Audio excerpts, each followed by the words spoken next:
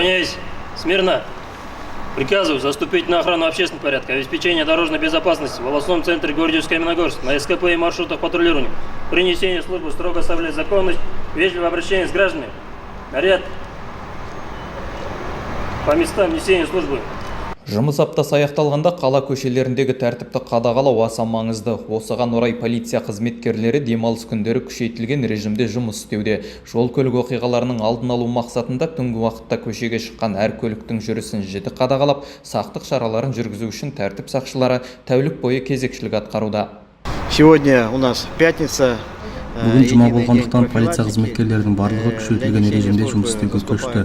Осы жерде нұсқау берілгеннен кейін мұндағы қызметкерлер өзіне берілген аумақ бойынша қала шетіне тәуліктік кезекшілік аттанады.